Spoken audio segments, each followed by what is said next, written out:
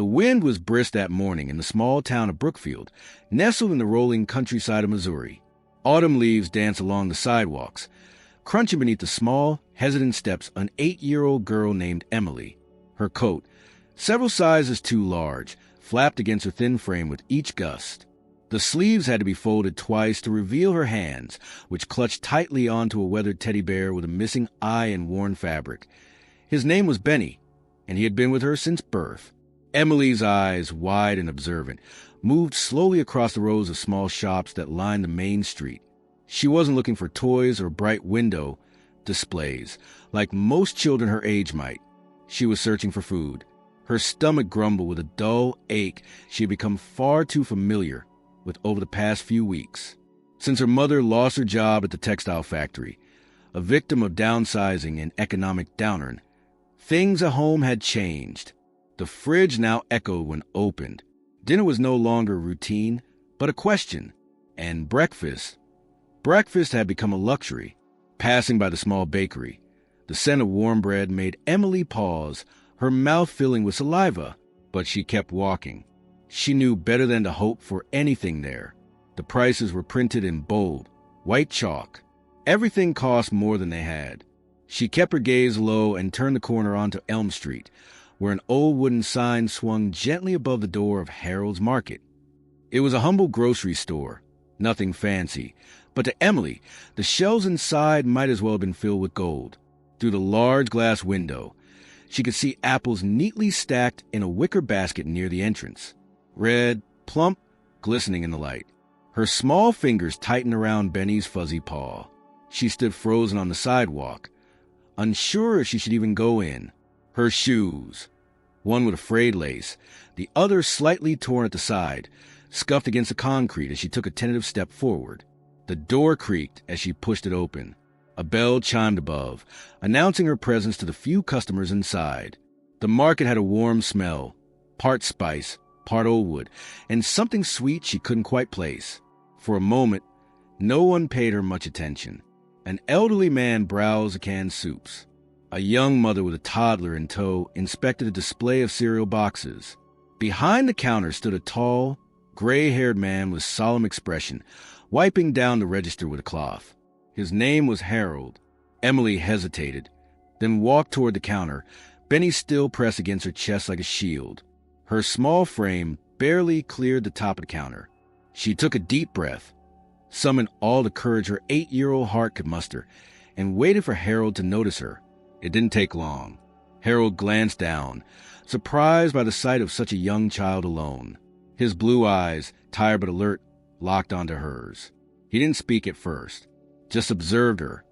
Her too thin cheeks, the dark circles beneath her eyes, the trembling in her hands. Emily licked her lips nervously and opened her mouth to speak, but no words came out. "Can I help you, young lady?" Harold asked, his voice gravelly but not unkind. Emily swallowed. I was wondering if you take trades," she said, her voice barely above a whisper. Harold leaned forward slightly. "Trades." She nodded. Her fingers loosened around Benny's paw as she slowly raised a stuffed bear onto the counter. "His name is Benny," she said. "He's really special. But I was hoping maybe I could trade him for some food. Just a little. For me and my mom." The store went still. The mother near the cereal aisle turned her head. The old man with the soup can stop mid-motion. Even the humming from the refrigerator unit in the back seemed quieter. Harold looked down at the bear on the counter. It was old, well-loved, clearly not worth $1 in any traditional sense. But it sat there like an offering, humble, pure, and painfully honest. He looked back at Emily. Her eyes didn't plead. They didn't whine or manipulate. They simply waited, filled with an innocent kind of hope that most adults had long forgotten how to feel. For a long moment, Harold said nothing. Emily's heart pounded in her chest. She knew it was a long shot. She knew she'd probably be sent away, told that the store didn't work like that. But it was the only thing of value she had left to offer. Benny had been her comfort, her friend, her constant companion through lonely nights and empty dinners. But food was more important now. Her mom needed strength, and Emily needed to help. "I understand if it's not enough," she added quietly. but he's really good at listening, and he doesn't mind being hugged too tight. Harold slowly reached out and picked up the bear. He turned it over in his callous hands, studying the frayed stitching, the faded button eye, the stuffing that had shifted unevenly inside its soft body. It wasn't just a toy. It was a history, a lifeline. He looked back at the girl in front of him. Still, he didn't speak. Emily's shoulders began to sag. Her grip on the counter loosened. The silence felt too loud, too final. She was about to reach for Benny, to retreat and return home with nothing but disappointment, when Harold did something unexpected. He set the bear gently back on the counter. Then he stood up straighter and turned without a word, disappearing into the back of the store. Emily stood still, confused and unsure. The seconds stretched into minutes, or maybe it just felt that way. Behind her, the air remained quiet, except for the occasional creak of a floorboard as other customers stood in uncertain witness. When Harold finally returned, his arms were full. But that moment, Emily standing there, Benny waiting on the counter, and an entire store watching in stunned silence, was suspended in time, a breath held in the heart of a quiet town, just before something incredible was about to unfold. Harold's return from the back room was slow, deliberate. In his arms, he carried a brown paper bag, full to the brim, the top rolled over and crinkled at the edges. The muted rustle of the bag was the only sound in the store as he walked back to the counter. Without saying a word, he set it down beside Benny, whose stitched smile looked up at him from the aged wood. Emily's eyes flickered from the bag to Harold's face. There was something unreadable in his expression, something that didn't quite match the severity of the silence he'd held before. He looked older than he had a moment ago, as if the weight of what she had offered had settled into his bones, pressing down on his shoulders. But there was also something else, something warm, flickering quietly behind the worn lines around his eyes. He didn't touch Benny again. Instead, he turned slightly, gesturing gently toward the bag. "It's yours," he said. Emily blinked. "The bag?" she asked, confused. Harold nodded. "Bread, a quart of milk, some fruit, rice, a few things that might last a while, and cookies, if that's all right." A flicker of hesitation crossed Emily's face. "But I didn't pay." Harold leaned on the counter, lowering himself to her level, his large hands resting like anchors on the wood. "No payment needed," he said, voice low but steady. "And Benny? He goes with you." She stared at him, unsure she had misheard.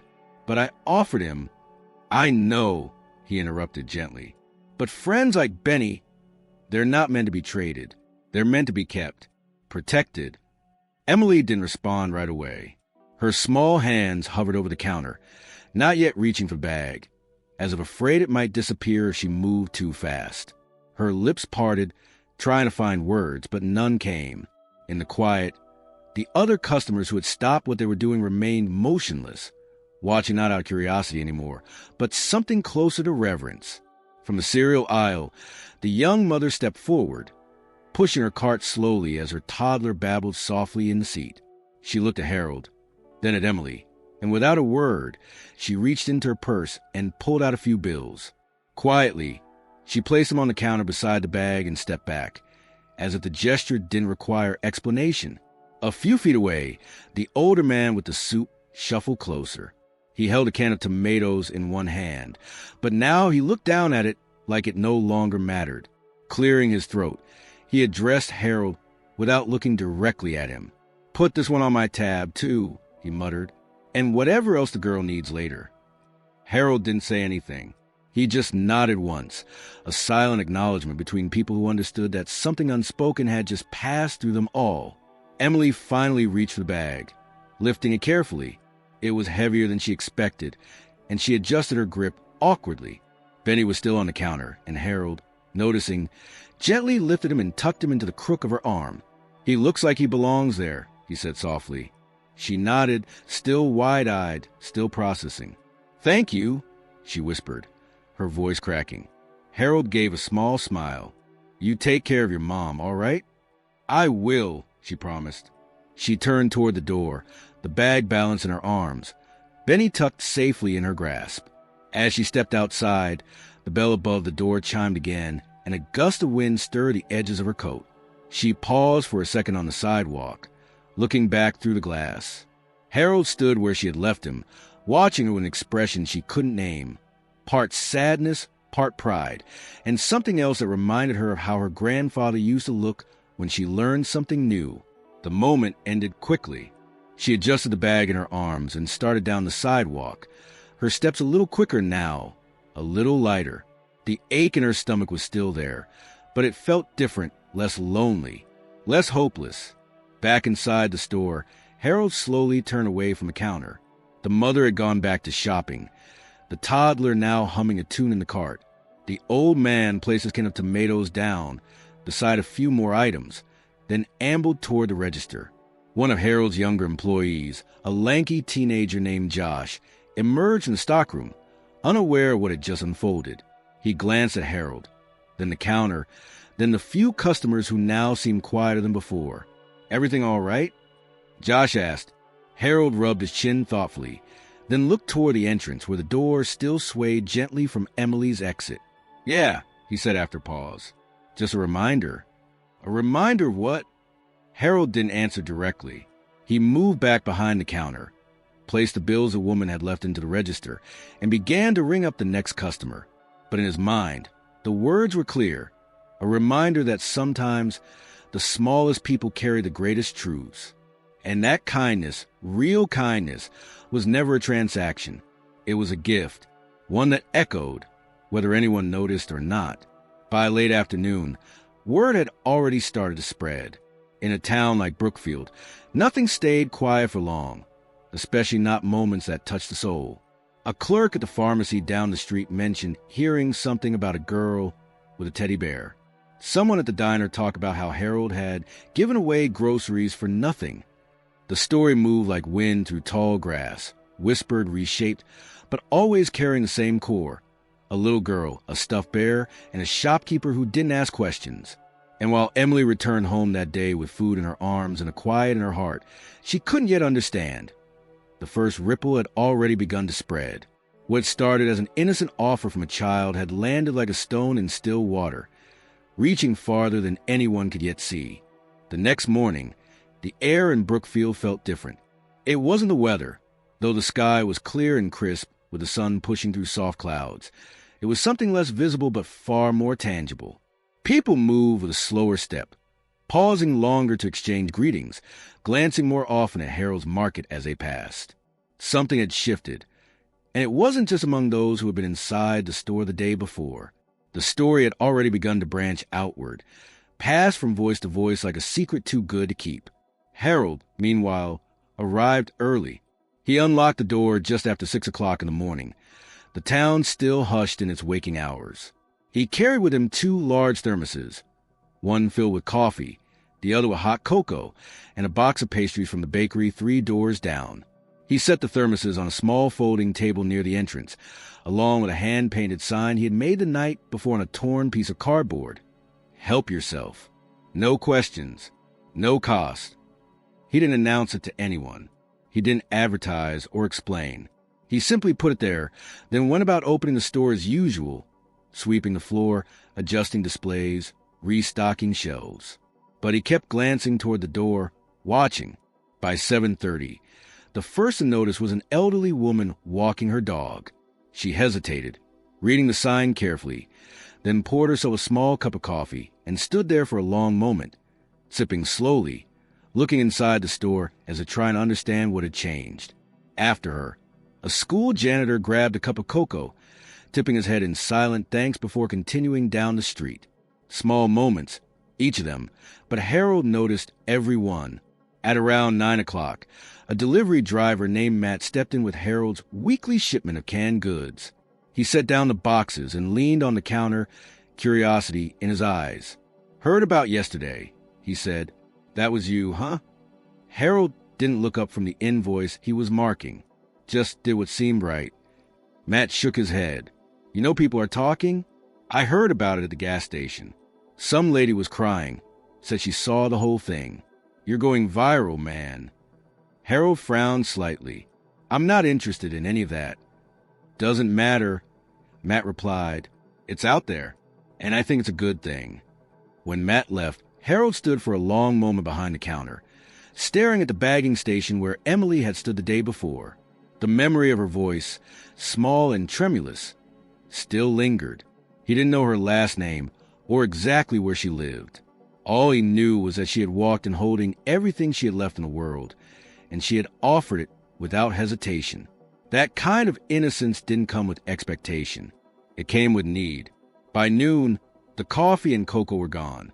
So were most of the pastries. Harold didn't refill them. He simply folded the table and brought it back inside. It had served its purpose.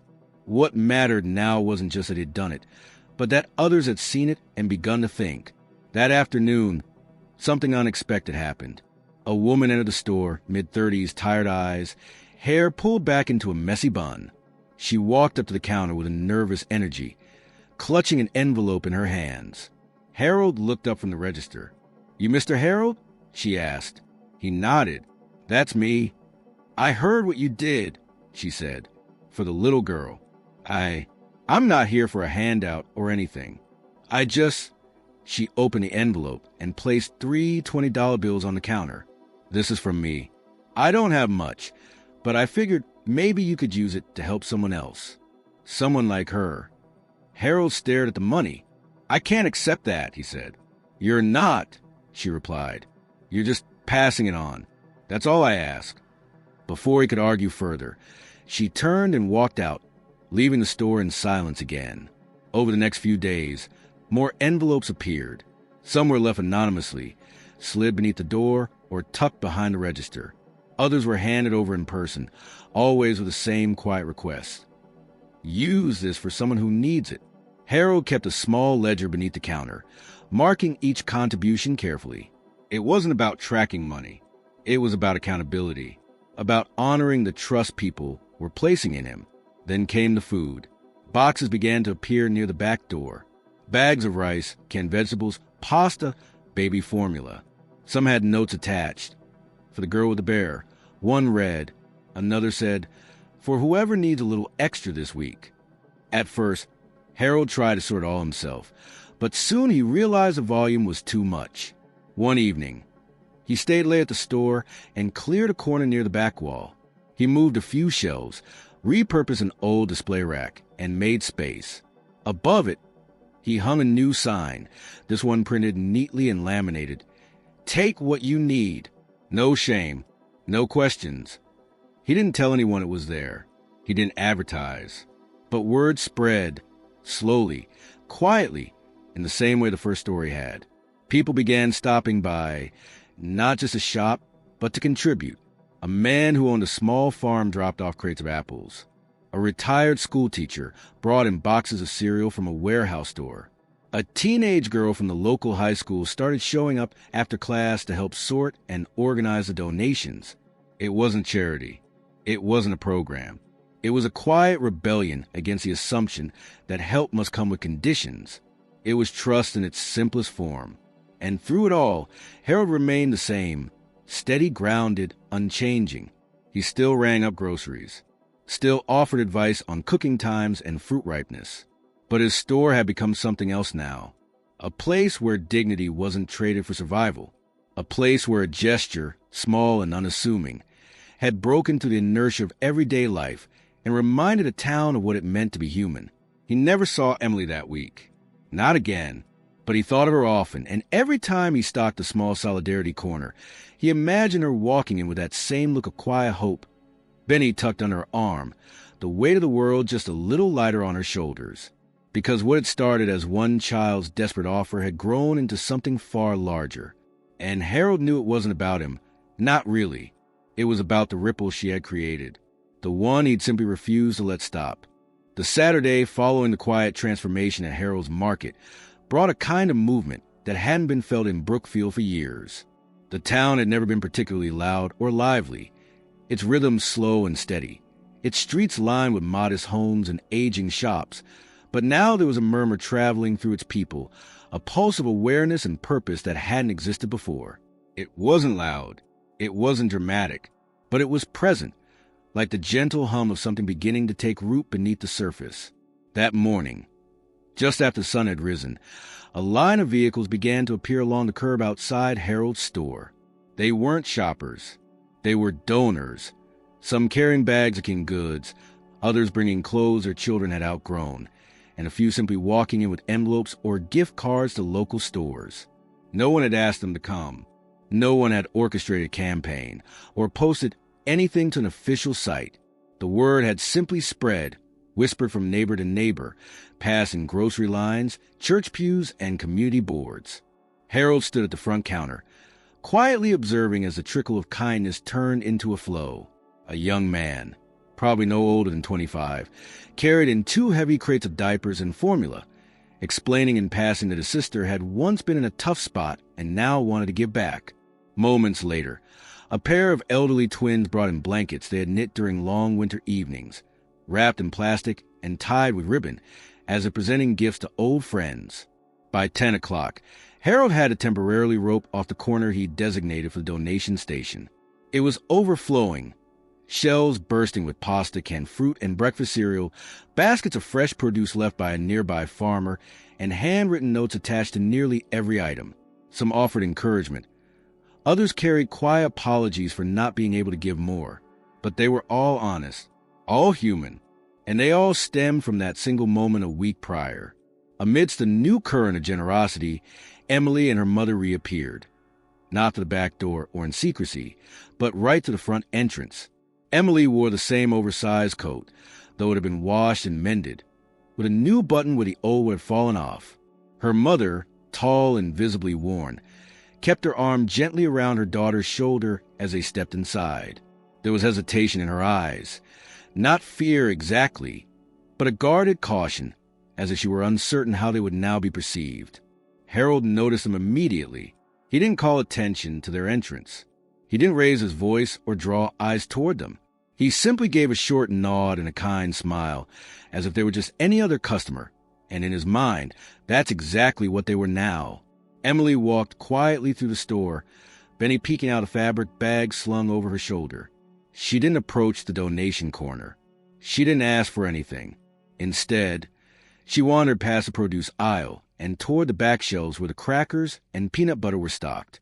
Her mother, meanwhile, picked up a basket and began shopping with a purposeful air, selecting items one at a time, calculating every cost in her head.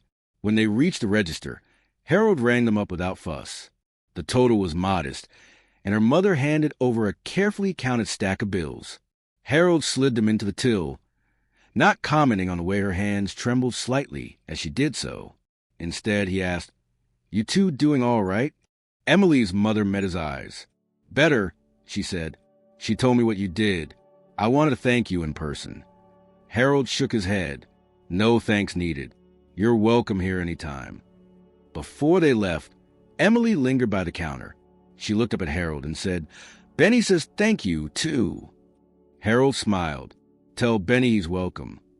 After they were gone, one of the volunteers, a middle-aged man named Richard who had been helping sort donations, turned to Harold. "That the girl?" he asked quietly. Harold gave a small nod. "She looks different." Harold didn't look up. "She is..." Richard paused for a moment. "You realize what you started, right?" "I didn't start anything," Harold replied. "She did." Later that day, a few residents from a neighborhood approached Harold about helping in a more organized way. They proposed creating a small network. Nothing official, just a list of families in need and volunteers willing to assist. Someone offered their garage as a temporary storage space. Another suggested partnering with the local church to coordinate drop-offs. A retired teacher volunteered to tutor children whose parents couldn't afford after-school care. Ideas blossomed, one after another, in the same corner of the market that had once been silent and still. By the end of the week, a simple bulletin board had been installed near the front entrance, covered in index cards and notes, some listing items people needed, others offering what people could give. One note read, "Single mom with 2 kids looking for a crib, willing to trade homemade soup." Another offered, "Free lawn care for anyone over 70. Just leave a note here." People read the board every time they walked in. Some stopped to leave a card. Others quietly pulled one down and left without a word. No shame, no pity, just neighbors rediscovering each other, one kindness at a time. The town, once marked by quiet routines and isolated lives, had begun to awaken, not through a miracle or a sweeping gesture, but through a simple exchange that reminded everyone of their shared humanity. And as the donations continued, as the bulletin board filled and the volunteers grew in number, Harold's Market took on a new identity. Not just a place to buy food, but a place where people found each other again. What no one could have expected, however, was how long that one moment would last. Not just in memories or retellings, but in action. Because every week after that, someone new came forward. A barber offered free cuts to those looking for work. A woman who once needed help now stocked the shelves every Thursday. A boy with a lemonade stand left envelopes with his earnings, labeled for the teddy bear girl. And through it all, Harold kept opening the doors each morning, sweeping the same floor, adjusting the same displays. But now, every time he looked up and saw someone step through the entrance with that familiar expression, the one that held both hesitation and hope, he knew exactly what to do, because the town had awakened, and once it did, it refused to fall back asleep. It was a Friday afternoon in early spring when Emily walked back into Harold's Market, but this time the air felt lighter, and her steps were no longer hesitant. The sleeves of her coat now sat at her wrists instead of swallowing her hands, and the fabric, though still modest, was freshly cleaned, with patches neatly sewn where rips had once been. Her shoes were new. Well, new to her, probably passed down from another child in town, but free of holes and tightly laced. She carried Benny not as a shield now, but simply as a companion. He peeked from her canvas bag, his one button knife fixed outward, bearing witness to what had changed. Emily wasn't alone. Her mother walked beside her, holding her head a little higher than before, her posture steadier, her shoulders no longer hunched by the invisible weight of worry. There was color in her face and a clarity in her gaze that Harold noticed instantly. She had been hired recently by the town's new logistics company, working part-time with the promise of full-time hours as the business grew. It wasn't glamorous, but it was enough. Enough to pay the bills, enough to keep food in the fridge, enough to give her daughter stability. They were there for groceries, and that, in itself, was a quiet triumph. Harold stood at the far end of the store, chatting with one of the volunteers who now helped manage the donation area. He saw them walk in but didn't rush over or make a fuss. He simply raised a hand in greeting and returned to his conversation, trusting they would come to him if they needed anything. And they did. 15 minutes later, with a small basket of essentials and a pack of chocolate chip cookies that Emily had picked out herself. As Harold rang them up, he asked, "You settling into your new job?" Emily's mother nodded. "It's not what I used to do, but it's work, and they're good people." "That's all that matters," Harold replied. Emily placed Benny gently on the counter while her mother counted the bills. She looked up at Harold, her voice more confident than it had ever been in his presence. "Do you remember when I gave you Benny?" "I do," Harold said with a small smile. "You didn't keep him." "No," he said, tapping the counter lightly. "Some things don't belong behind glass. They belong in arms." Emily nodded solemnly, as if she had always understood, but had only recently found the words. As they gathered their bags and turned to leave, a familiar face appeared at the door. Mrs. Langley, a retired nurse who had been organizing Saturday morning health check-in for seniors. She waved at Harold, then greeted Emily and her mother with the warmth of someone who saw them not as charity cases, but as members of something shared, something communal. That was what Brookfield had become. A town tied together by threads at once frayed, now rewoven stronger than before. Outside, the sidewalk bustled with life. A local painter had set up an easel and was sketching scenes of the neighborhood. Across the street, a group of teens worked on a community mural, supervised by the same high school art teacher who had once taught Emily's mother as a teenager. The colors bloomed against the brick wall, shapes of open hands, faces of children, sunrises breaking behind silhouetted hills. It wasn't just art, it was memory being made visible. The little free pantry beside Harold's Market had expanded into a weatherproof structure, stocked daily by volunteers.